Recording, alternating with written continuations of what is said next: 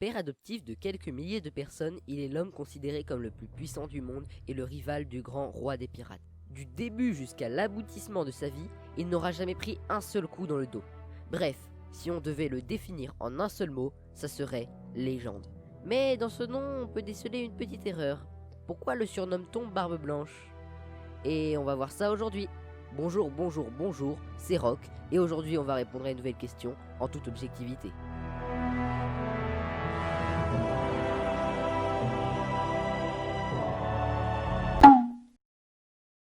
Bon, je pense que j'ai pas besoin de vous présenter ni la série ni le personnage, donc on va passer ça très vite. One Piece est une série de mangas de 1997 écrite et dessinée par Eiichiro Oda.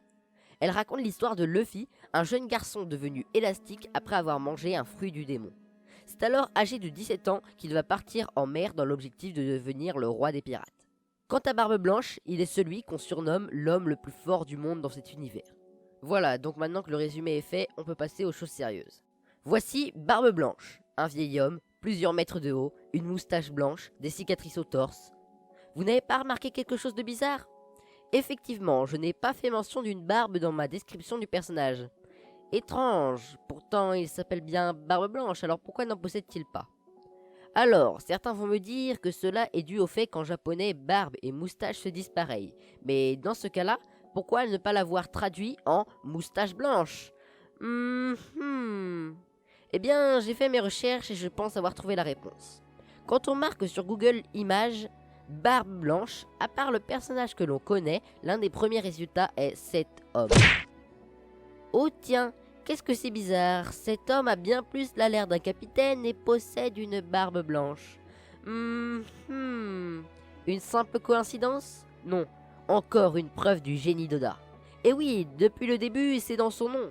Cet imposteur s'appelle Edward Newgate, ce qui peut se traduire en français par Edward Nouvelle-Porte. Ça veut donc dire qu'en réalité, cet homme était en fait un charpentier du nom de Dward, travaillant sur un bateau anglais que tout le monde appelait pour réparer les portes en criant « Hey Edward, Newgate !» Cela s'étant transformé par la suite en Edward Newgate pour lui donner le nom qu'il possède actuellement. Mais qu'est-il advenu du véritable Barbe Blanche, me diriez-vous?